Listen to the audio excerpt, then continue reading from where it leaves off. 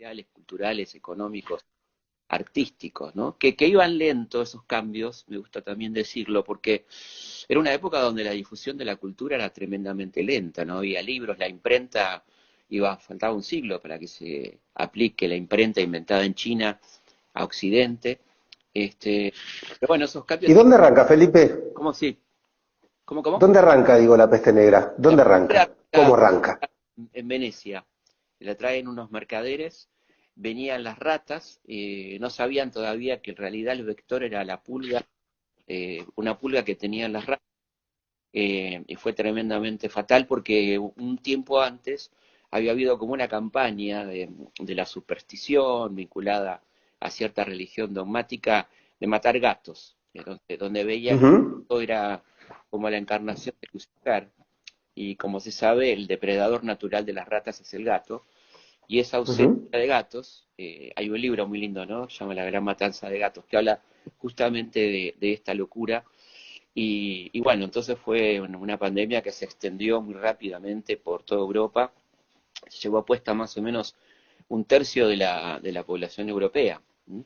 Y uno de los motivos era las ciudades con esa falta de salubridad, el modelo feudal de encierro, ¿no? Esta cosa de estar encerrados aparentemente o preventivamente por las invasiones en aquel momento. Pero bueno, lo que pasó después y durante fue que la gente empezó a pensar, ¿no? Que cómo se sale de esto. Y uno de los Ujú. productos lindos de la peste fue el de Camerón de Boccaccio, que tiene como escenario la peste. Son este grupo de hombres y mujeres, mujeres y hombres, siete mujeres y tres hombres, no, siete hombres y tres mujeres, no, siete mujeres y tres hombres, que se reúnen en una vila florentina, eh, cuyo a holgar, folgar, como se decía en aquel momento, y a contarse historias.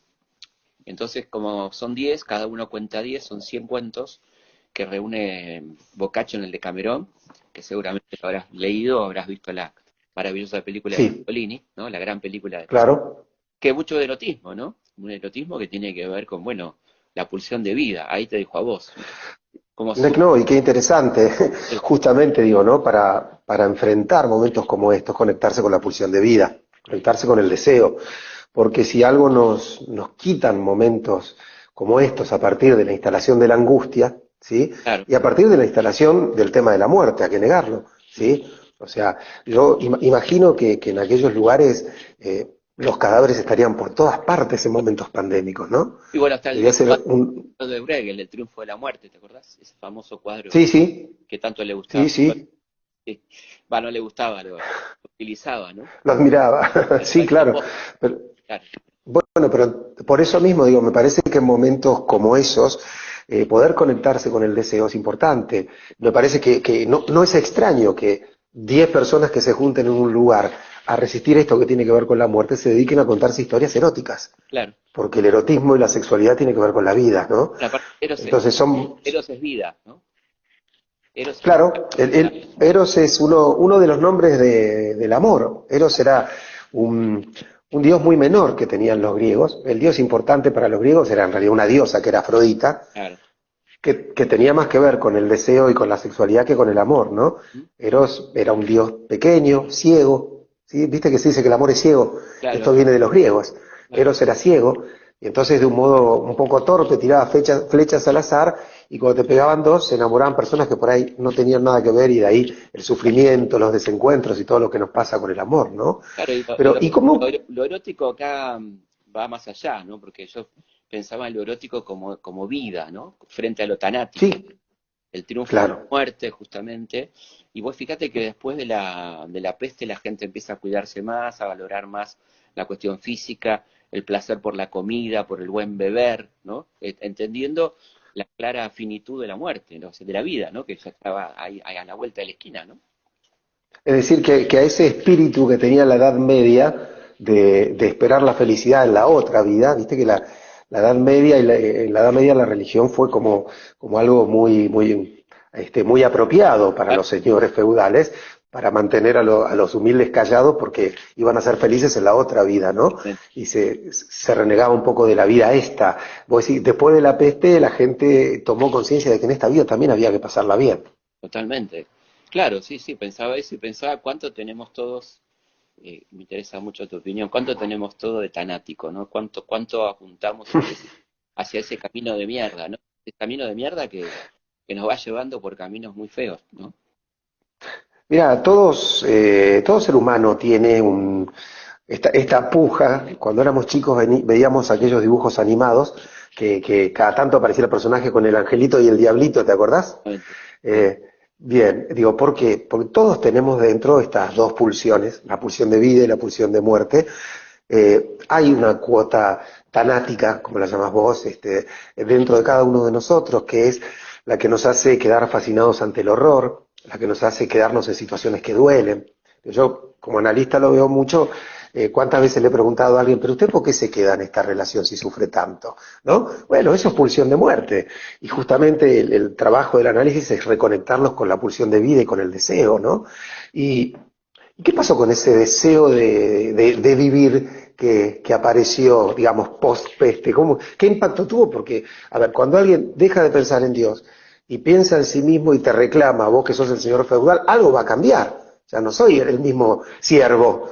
recordemos que aquella iglesia medieval, la iglesia inquisitorial, odiaba el deseo, ¿no? Tenían el deseo algo tremendo. Ayer hablábamos con Darío Stanraiver del libro El nombre de la rosa, que te habrá encantado como a todos. Uf, Bueno, hermoso, ahí sí. aparece un tema como la cuestión de la risa, ¿no? O el placer, la cosa del problema del placer o de reírse, que está en la poética de Aristóteles, que es justamente el libro que ellos quieren preservar, ¿no? Que es un poco el centro de esta novela que le recomendamos a las 8.300 personas que nos están viendo en este momento.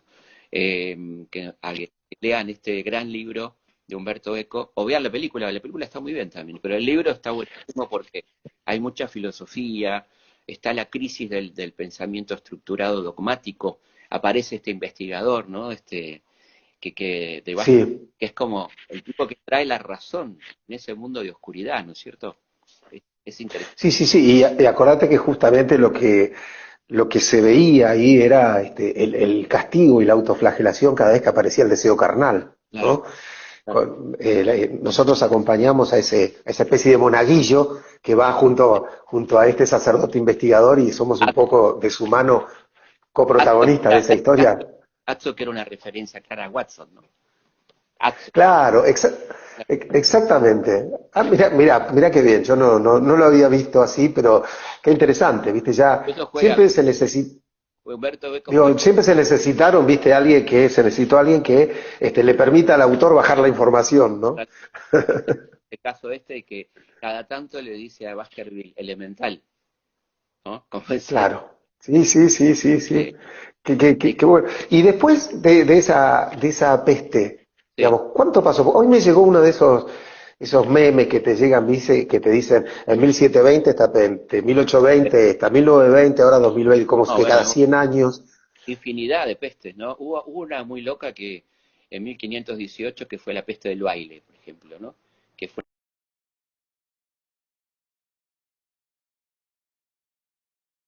una peste que se dio en Estrasburgo,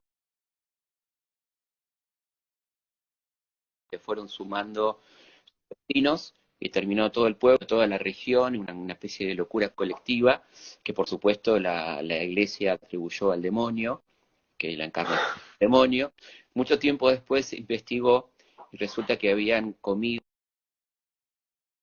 comandancia de venir urgente a asumir, mueren 5.000 personas. Un poco la clave era las malas situaciones de desagüe, de aguas corrientes de la ciudad de Buenos Aires, que no la atendieron tampoco porque 2 años después se repite y se agrava, 3 veces más muertos con la fiebre amarilla, ¿no? Que fue en Claro, y hay que decir 5.000 personas en una población de cuánto, Felipe, en muy aquel poco. momento. O sea, era tipo el 5% de la población, era muchísimo, ¿no?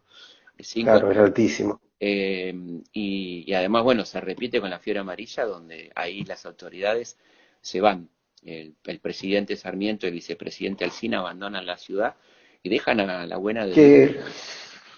Que en un verdadero gesto patriótico de Sarmiento, ¿no? Exactamente, que ha hecho cosas buenas que valoramos todos, pero acá la verdad que Sí, sí. claro, pero qué gesto, qué momento, ¿no? Sí, y lo más interesante es que la sociedad civil se organizó por su cuenta y nombró como representantes, entre los cuales estaba el doctor Muñiz, un tipo interesantísimo, Mm. va a morir en la peste, va a morir curando gente, ¿no? Y ahí recién empieza a estar en el tema de las aguas corrientes, de las cloacas y todo esto, ¿no? Tuvo que pasar una tremenda tragedia para que se pongan a pensar en eso, ¿no? Pero yo creo que, bueno, que es interesante preguntarte dentro de este contexto de qué nos provoca la peste, porque yo siento que saca lo peor y lo mejor, ¿no? De nosotros. No sé qué opinas. Mira, me acuerdo que Camus Sí, dice en su novela, ¿no? Él dice algo así como que lo peor de la peste no es que mata a mucha gente, sino que devela todas las almas y claro. que eso suele ser un espectáculo horroroso, dice él, ¿no? También que Sí, Camus era un existencialista total. y muy crítico de estas cosas y del ser humano, pero me parece a mí que es cierto, ¿no? Que en algún punto hay situaciones que nos delatan, ¿no? Claro, Lo que, digamos que cierta compostura que podemos sostener en épocas de bonanza, digamos, cuando las balas pican cerca se ve más o menos quién es quién, ¿no? totalmente. Y creo que en estas situaciones, por eso aparece desde el espíritu vocacional y solidario de algunos, ¿no? Yo estoy pensando en los médicos, Total. a los que ahora se aplaude, pero yo tengo para mí la sospecha, porque sé que muchos de los que hoy lo aplauden, hace un tiempo se enojaban cada vez que los médicos pedían un aumento, ¿no? O paraban, hacían un paro o enfermeros, y tengo para mí que cuando esto pase tengo miedo de que vuelvan a enojarse, Sí. así, Hay digo porque, Para mí no hay ninguna garantía, ¿no? Como que están los optimistas, los realistas y los pesimistas. Yo no termino de cuadrarme. Por momentos soy un poco todo, ¿no? Pero no hay ninguna garantía de que pasado esto cierta gente vuelva asuma un criterio solidario, ¿no? Me parece que se lo decide. Está todo a la vista, como cuando vos ves a un paciente le pones, esta es la realidad. Ahora ya si usted no lo quiere cambiar ya es otra cosa, ¿no? Pero digo, acá sí, tenés a la vista que el individualismo es la peste, ¿no? Es realmente, nadie se salva solo en esto, ¿no? Y que ningún mercado, sí, claro. ¿no? El mercado no salva. No digo que no tenga que existir, sino que el mercado, la salud puesta en el mercado, no salva a nadie, evidentemente, ¿no? Bueno, esto se ve ahora, ¿no? Que los gobiernos más liberales del mundo de pronto se han vuelto populistas. ¿Qué les pasa, no? Claro, Digamos, tanto que han criticado el asistencialismo y están asistiendo, han sí, criticado la salud pública y se están haciendo cargo de la salud. claro. Digo, bueno, me parece que esto es todo un golpe feroz a cierta manera de pensar, pero vos que las conocés a estos momentos de la humanidad que han pasado, los cambios que se produjeron después de estos momentos, ¿fueron duraderos o en general la humanidad tiende a relajarse, uno tiende, viste, muchas veces a olvidar el dolor, pues ya está, déjalo, y me parece que Freud decía que la mejor manera de olvidar era recordando, Claro, ¿sí? O claro. sea, que el recuerdo era la única manera de olvidar, en serio. Sí, Y creo que tiene que ver con eso. A veces para olvidar directamente no recordamos y entonces ahí la enseñanza que queda es ninguna. yo creo que el olvido siempre es peligroso, ¿no? Y también como creo que también Freud Bueno, decía, sos historiador, ¿no? no, yo viste Digo, que Freud, por algo sos historiador, te interesa el recuerdo y la memoria. yo digo, Freud decía también que la memoria y el olvido son actos de la voluntad, ¿no? Que hay que querer olvidar, Ujú. hay que querer recordar. Yo no creo en la memoria popular inmanente, ¿no? Que los pueblos recuerdan y tienen memoria. Para mí es un trabajo de construcción cotidiana, ¿no? Me parece que hay que querer no olvidar, que no tiene nada que ver con el rencor ni fomentar el rencor, sino una memoria constructiva que nos construya, ¿no? Que deconstruya lo que hay que deconstruir y que construya lo que te sirva para mejorar. Me parece que eso es el tema. Pero no, las sociedades suelen olvidar, sí, ciertas cosas pasado el peligro. Ya mismo pasa que mucha gente dice no pasa nada, ya no pasa nada, ya está, ¿no? Hay una cosa de una inconsciencia que es difícil de controlar, ¿no? Y te iba a preguntar, bueno, una de las líneas de batalla también es el consultorio psicoanalítico en este momento, ¿no? ¿Qué se está viendo en el Sí, consultorio, ¿no? ¿Qué se está viendo con la gente en el consultorio? Pero sí, en términos muy generales, ¿no? mucha angustia porque claramente la situación es de incertidumbre y la incertidumbre genera angustia, pues la angustia es un afecto que aparece ante la posibilidad de que ocurra algo malo, ¿sí? La angustia es distinta al dolor. El dolor es lo que sentís cuando algo malo ya ocurrió, Claro, ¿sí? exacto. Cuando vos te diste, el médico de terapia intensiva se asoma y dice familiares de piña, o a Ahí vos te agarra taquicardia por angustia. ya está. Si te llega a decir que está todo bien, te relajás. Si te dice que pasó lo peor, la angustia deja lugar al dolor. Obviamente. Entonces, en este momento, que es un momento de miedo, es un momento de pérdidas, ¿sí? Es un Claro. momento de muchos duelos. La gente está perdiendo mucho. Desde ¿Viste? sueños, abrazos, encuentros, gente que está perdiendo económicamente, algunos pierden la salud o la vida, digamos, en los casos más graves. Y yo creo que, uniéndolo a lo que vos decías, me parece que no aprendemos, o la humanidad no aprende, cuando justamente pasa por encima de los procesos de duelo, Claro. ¿sí? Es como si vos le dijeras a alguien, mira, bueno, pasó esto, ya está, bueno, ya, por suerte pasó, y sabes qué, si no le dedicás el tiempo a poder simbolizar todo lo que es ese momento y ese duelo implicó, creo que ahí es cuando corremos el riesgo de no aprender, ¿no? De no quedarnos con nada. La negación, ¿no? El negador, el clásico negador. Bueno, si de algo se ha negado, por ejemplo, es pobre que les tiraron a los españoles la peste española, ¿no? Exactamente. O sea, porque alguien ahí negó su responsabilidad. ¿Por qué no nos contás un poquitito de Sí, eso? eso fue extraordinario porque fue una peste que nació en una base de Kansas, en los Estados Unidos, 1918, terminando la Primera Guerra Mundial. Un contingente importante de soldados norteamericanos van a Francia, ahí estaban infectados, contagian franceses, contagian ingleses, las pestes se expanden por el mundo, pero los países beligerantes tenían una fuerte censura de la prensa, por lo tanto no informaban acerca de cómo iba transcurriendo la peste, y España, que no era beligerante, sí informaba. Entonces, como las noticias venían de España, la quedó como peste española, pero la verdad que no era española, era norteamericana, de origen norteamericano, se expandió por el mundo, causó 50 millones de muertos, y lo que dicen muy poco es que de esos 50 millones de muertos, 17 millones fueron de la India, ¿no? Occidente se ocupaba de destacar sus muertos, pero dejaba escondido que 17 millones habían muerto en la India, evidentemente por las condiciones sanitarias. Pero, fue una peste, realmente una pandemia, porque llegó a prácticamente todos los continentes. A nosotros nos llegó en 1918, presidencia de Irigoyen, en octubre del 18, y bueno, afectó mucho al norte. Entró por barco, por supuesto, y de Buenos O Aires sea, entra por el Río de la Plata. no por el Río de la Plata, por el océano, en el puerto de Buenos Aires, se expandió por el buen sistema ferroviario que teníamos entonces, que llegaba a todas partes, y sobre todo fue muy dura en el norte, ¿no? Donde había muy malas condiciones sanitarias, pocos hospitales, noroeste y noreste, y bueno, causó 15.000 muertos, la verdad que es muchísima gente, ¿no? La gripe española en la Argentina, que se desarrolló más o menos entre octubre del 18 y junio de 19, ¿no?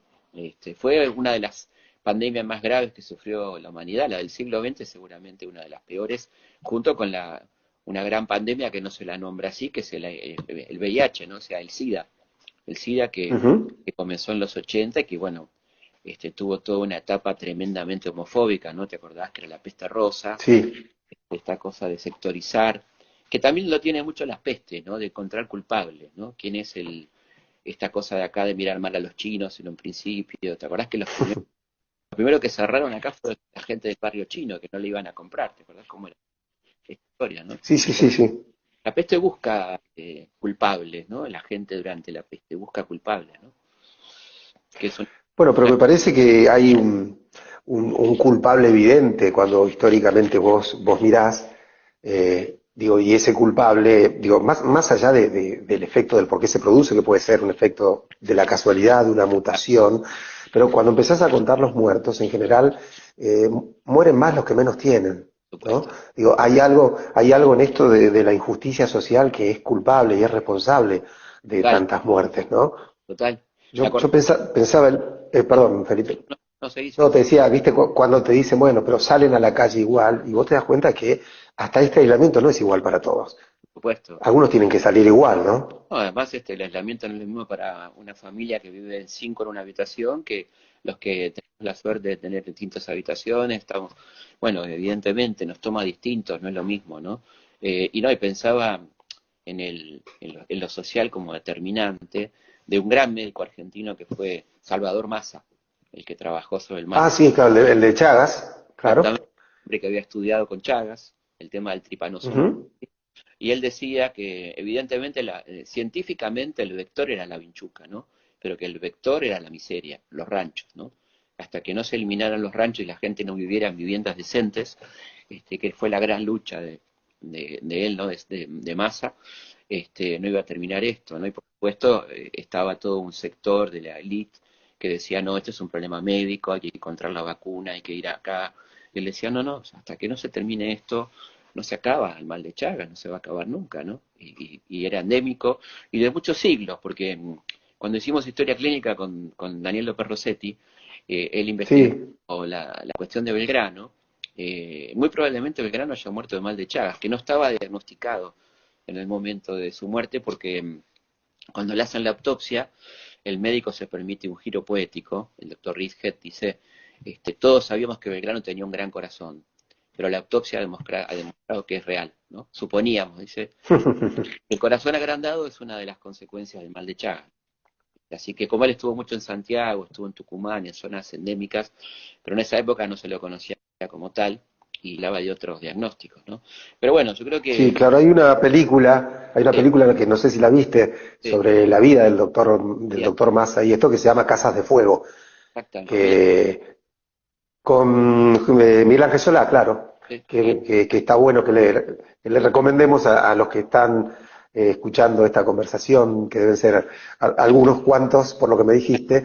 Eh, 9.590 en este momento. wow, qué lindo. Sí, Bueno, muchas sí, gracias a todos ellos, pero digo, si pueden conseguirla, es una película muy interesante sí, seguramente. que cuenta justamente la vida del doctor Massa, ¿te acordás? Sí, bueno, está en internet.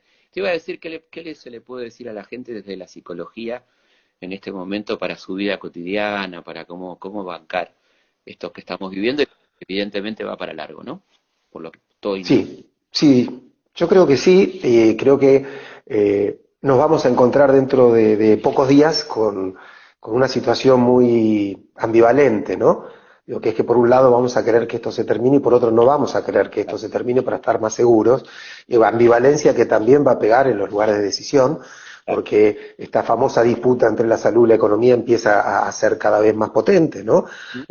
Pero lo que yo les podría decir, en primer lugar, es eh, que hay un después, Felipe, Claro. que esto va a pasar, ¿no? ¿Mm? Digo, porque a veces lo que más angustia es la sensación de que acá se acaba todo. Claro. Y la verdad es que si podemos hacer las cosas lo mejor que podamos, la posibilidad de que haya un después para casi todos nosotros es altísima. O sea, digo Sí, esto porque no vamos a negar los muertos que tengamos o la gente que sufra, pero, pero hay un después. Y yo creo que hay que apropiarse, les diría que se apropiaran de la decisión de este aislamiento, que la ¿Mm? tomaran como una decisión propia. Está bien, Bien, se nos pidió que estuviéramos, pero comprometámonos a que, sí, es cierto, me lo piden, pero yo también decido quedarme acá. Porque cuando vos algo lo vivís solo como una imposición, te angustiás, sentís como que te quitan la libertad. Y claro. creo que está bueno que hagamos el ejercicio de la libertad de pelear por nuestra vida y por la vida de los demás, decidir adentro, que está bueno que estructuremos nuestra vida en nuestra casa para que no nos pase esto de hoy es miércoles, jueves, viernes, porque cuando se desestructura la noción de tiempo, la mente se empieza a desestructurar también. La mente tiene ciertos pilares que la estructuran. Entonces está bueno ponerse actividades, decir, no sé, los martes y los jueves limpiamos, Claro. los lunes y miércoles hablamos con nuestra familia por WhatsApp y nos vemos todos, digo, tener actividades que te mantengan. Y ¿sabes qué? Y entender, vos lo decías recién, ¿no? Que la única manera de pelearle a lo tanático es con el placer y es con la vida. Entonces, que estar aislados no quiere decir que tengamos que sufrir en este aislamiento, que Claro. podemos permitirnos actividades que nos hagan felices, podemos disfrutar, podemos reírnos, podemos hacer el amor, podemos escuchar música, podemos leer, digo, todas aquellas cosas que nos conecten con la vida, así sea patear una pelota con nuestro hijo chiquito, o enseñarle a dibujar, o armar un metegol con un botón, no sé, estoy diciendo Sí. las primeras cosas que se me ocurren para que allí donde entra lo lúdico y donde entra la vida se corre la angustia. Me parece que es un momento en el cual le tenemos que presentar esta batalla a la angustia estando lo más cerca que podamos del deseo y de la vida.